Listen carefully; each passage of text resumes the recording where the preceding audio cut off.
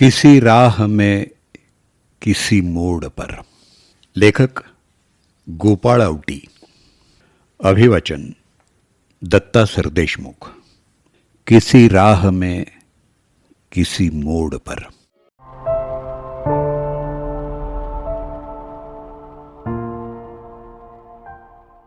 परवा घर रंगरंगोटीला काढलं तेव्हा सीडींचे गठ्ठे पाहताना मन जुन्या दिवसात हरवून गेलं. हमरी अटरिया पे आओ संवरिया, देखा देखी बलम होई जाए, ही गानसम्राज्ञी बेगम अख्तरच्या प्रसिद्ध गझल ठुमऱ्यांची सीडी मार्केटमध्ये मला मिळाली होती. तेव्हा बायको आता खुश होईल या भावनेनं मी खूप आनंदून गेलो होतो.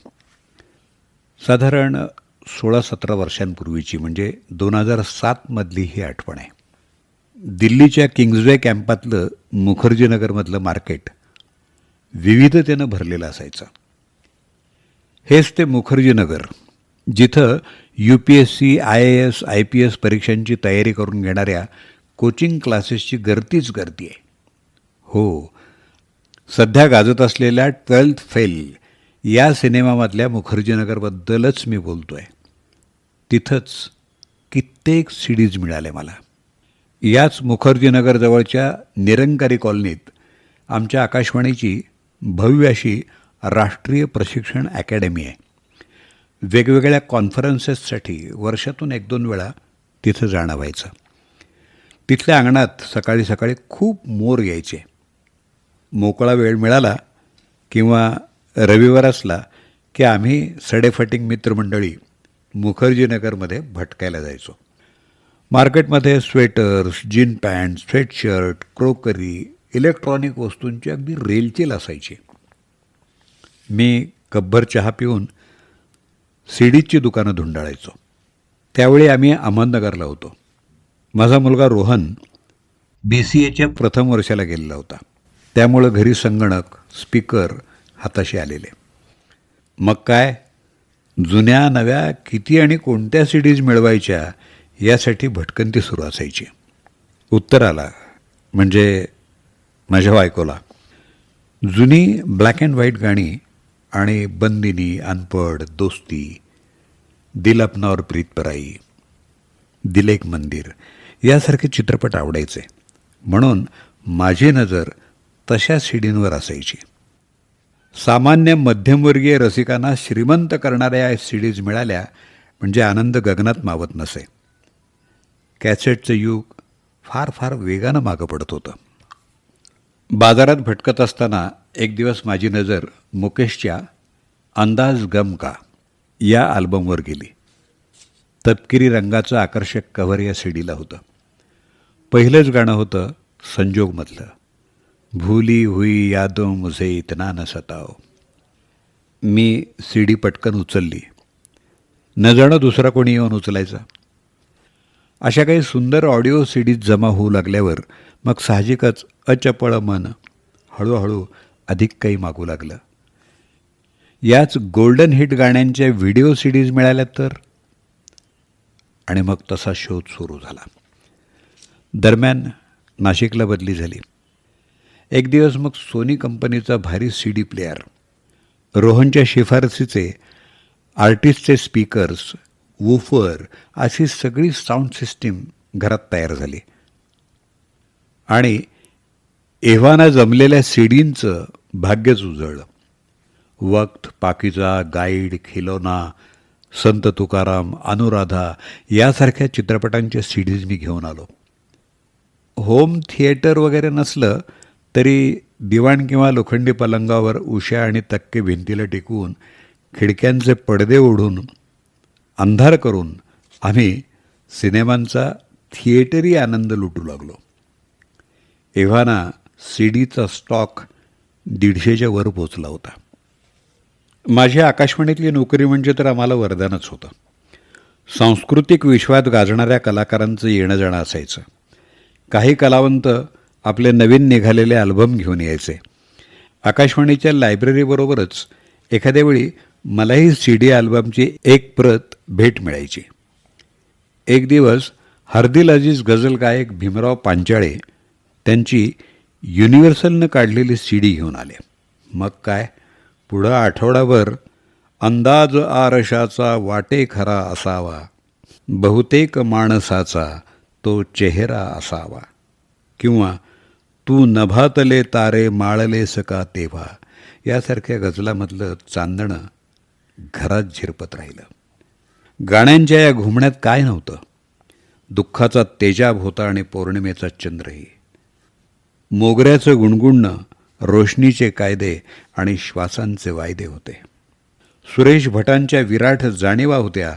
इलाही जमादारांचे निश्वास होते. मेहदी हसन, गुलाम अली हेही अधूनमधून जीव गुंतवून घ्यायचे. अब के हम बिछडे, हंगामा है क्यों बरपा वगैरे वगैरे. लहानपणापासून मला क्लासिकलची आवड होतीच, पण उत्तराचाही ओढा हळूहळू भारतीय शास्त्रीय आणि उपशास्त्रीय संगीताकडे वाढत होता. हे लक्षात आलं तशी माझी नजर सीडींच्या दुकानात बडे गुलाम अली, जितेंद्र अभिषेकी, कुमार गंधर्व, शोभा गुरटू, सिद्धेश्वरी देवी यांना शोधू लागली आणि ते मस्त भेटतही गेले. डी व्ही पलुस्कर, मल्लिकार्जुन मनसूर यांनी तर जणू कानच स्वच्छ करून अभिजात काय असतं ते शिकवलं. दरम्यान रोहन विप्रोमध्ये रुजू झाला आणि त्यानं पहिल्या पगाराची आठवण म्हणून त्या काळातला प्रतिष्ठेचा 16 सीडीचा पॅक सूर, साज और ताल आम्हाला भेट दिला. 16 सीडींचं केवळ विवरण आणि कलाकारांचे फोटो पाहण्यात आमचा तास गेला आणि ऐकण्यात पुढं कैक महिने. मग एक दिवस संजीव अभ्यंकर नावाचा अभिजात आनंदाचा ठेवा सापडला. त्यांची मैफल समोर बसून ऐकली होतीच. संजीवजींचा अगदी कोवळा फोटो असलेली फाउंटन कंपनीची सीडी लगोलग मिळवली आणि त्यातूनच जोग, मधुकंस आणि भिन्न षड्जाची कैक आवर्तनं आम्ही ऐकत राहिलो. आम्हाला दोघांनाही हा गायक जवळचा वाटला. सौंदर्यपूर्ण गायकी, घरंदाज मांडणी, रागरस विचार, फिरतीतली सहजता यामुळं संजीवजींचं गाणं आवडत गेलं. त्यावेळी फाउंटेन कंपनी बऱ्याच सीडीवर बाय वन गेट वन असे स्टिकर लावायची. आपोआपच भटियार, जोनपुरी, पुरिया, मालकंस, भैरवी या रागांच्याही सीडी जमत गेल्या. पुढं पुणे आकाशवाणीत काम करताना संजीवजींचा स्नेह वाढला. आयुष्यातला असा दर्जेदार आनंद देणाऱ्या पायऱ्या सीडीनं दाखवल्या. त्या समाधानाला तोड नव्हती. एकीकडं चाची 420, अंगूर, बॉर्डर वगैरेच्या सीडी आणून आमचे विकेंड साजरे व्हायचे. सोबत कधी कांदाभजी, बायकोच्या आजची सुग्रास अंडा करी, गरम पोळ्या आणि नवीन सीडींचं दुपारभर स्वागत. हळूहळू वयाचे टप्पे बदलताना अंतरात्मा श्रवणभक्तीचे आणखीन नवे पदर उलगडू लागला. राम शेवाळकर, आचार्य रजनीश यांच्या रसाळ व्याख्यानांच्या सीडीज आता मला खुणावू लागल्या. मन के पार, समाधी के सप्त सोपान, पुरुषोत्तम राम वगैरे ऐकू लागलो आणि कधी सावरकरांच्या जन्मठेपेची कहाणीसुद्धा. या रसवंती व्याख्यानांच्या सीडींनी बौद्धिक आनंदाचं विलक्षण दालन आम्हाला खुलं केलं. एक दिवस जब्बार पटेल यांनी काढलेल्या हंस अकेला या सीडीतून पंडित कुमार गंधर्व नव्यानं कळाले. अशाच एका सीडीचे पंख लावून आम्ही एकदा एक होती प्रभात नगरी या अफाट विश्वात जाऊन आलो. मराठी संस्कृतीचा अभिमान सांभाळणारी ही सीडी पाहिल्यावर आपल्या घरात माणूस, कुंकू, संत तुकाराम, संत ज्ञानेश्वर, रामशास्त्रीसारख्या सीडीज आहेत याचा किती अभिमान वाटला म्हणून सांगू. हळूहळू रोहनच्या मदतीनं घरातल्या सगळ्यांच्या मोबाईलमधले फोटो, व्हिडिओ सीडीवर येऊ लागले. श्रीनगर ते केरळ, द्वारका ते आसाम, पेरियार ते जिम कार्बेट आणि जैसलमेर ते भुवनेश्वर अशा सगळ्या पर्यटन स्मृती प्रिझर्व होऊ लागल्या. आठवण झाली की काढा आणि रमा मांडवा. आठवणींचं धुकंच धुकं. एव्हाना दशकभर सत्ता गाजवलेल्या या सीडी बाईंच्या सोबतीला पेन ड्राईव्ह, हार्ड डिस्क नावाचे तिचे अधिक स्मार्ट आणि लवचिक भाईबंद येऊन बसले. घरातल्या सीडीज आणि सीडी प्लेअरने परकेपणाच्या दबावाखाली अंग चोरून बसायला सुरुवात केली होती. घर, ऑफिस, समाज सगळं सगळं डिजिटल रूप धारण करत चाललं. तशातच अँड्रॉइड मोबाईल नावाच्या शेकडो जीबीची रवंथ करणाऱ्या शिष्ट प्राण्यानं लहान रूप महान आशयासारखी जादू दाखवून सीडींची संपूर्ण हकालपट्टी करण्याचा जणू चंगच बांधला. तोही अध्याय मागं पडत अलीकडं घरात ॲमेझॉन फायर स्टिक नावाची मांजर गुरगुरत आली. बिचाऱ्या सीडींचे गठ्ठे इवलसं तोंड करून ई वेस्ट कॅम्पच्या दिशेनं मानाखाली घालून निमूट बसले. आज मी जुन्या सीडींचे सगळे गठ्ठे नीट बांधत बसलो होतो. मला या सीडींना निरोप देण्याच्या भावनेनंच गलबलून आलं. खिलवण्याच्या सीडीवरची भाऊक मुमताज, वेडसर नायक संजीव कुमार, पेईंग गेस्टच्या कव्हरवर चांद फिर निकला मगर तुम ना आए असं म्हणणारी एव्हरग्रीन नूतन, तिच्याच जोडीला ओ निगाहे मस्ताना म्हणून नाचणारा देवानंद, अनुराधाच्या कव्हरवरची लीला नायडू आणि तिच्या चेहऱ्यावरचे कैसे दिन बीते बीती रतिया या गाण्यातलं अपार दुःख, हतबल बलराज, सिद्धेश्वरी देवीच्या कव्हरवर सावरिया मन भायोरी म्हणताना त्यांचा समर्पित स्वरभाव, अंगूर सिनेमाच्या सीडीवर अंड्यातून बाहेर आलेला डबल रोलमधला देवेन वर्मा, जुन्या परिणिताच्या कव्हरवरचा अशोक कुमार आणि त्याच्यासोबत ठसठशीत कुंकू लावलेली मीना कुमारी, चोरी चोरी कव्हरवरची खट्याळ नर्गिस, निष्पाप राज कपूर, असं सगळं काही. या सर्वांना निरोप देणं जड चाललं होतं. या सगळ्या गठ्ठ्यांमध्ये केवळ निर्जीव सीडीज किंवा बेजान कागदी कपटे नव्हते, त्यात जिवंत आठवणी होत्या. त्या सर्वांनी आमच्या जगण्यात इंद्रधनुषी रंग भरला होता. खूपदा नजर खिळवून घेतली होती. फास्ट आणि क्रेडिट लाईन वाचताना आमचं भान हरवलं होतं.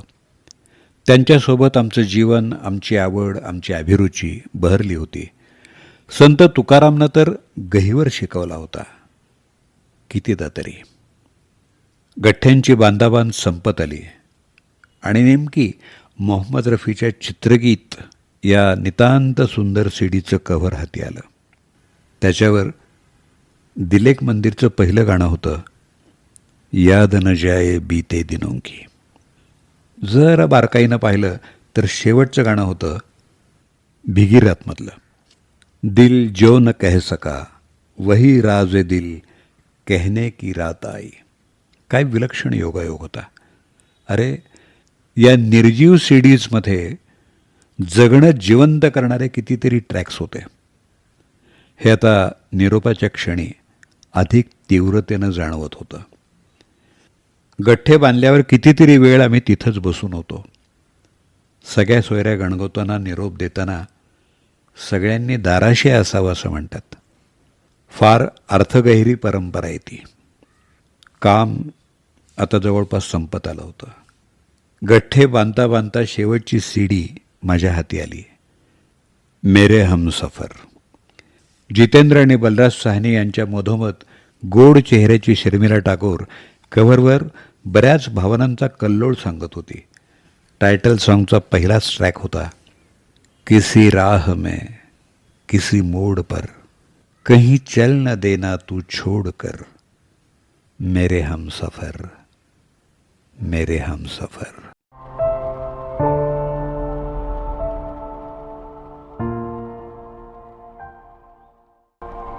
किसी राह में किसी मोड पर या लेखाचं वाचन आत्ताच आपण ऐकलं.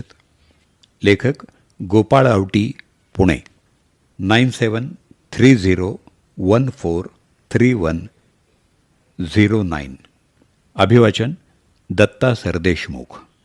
8329730186.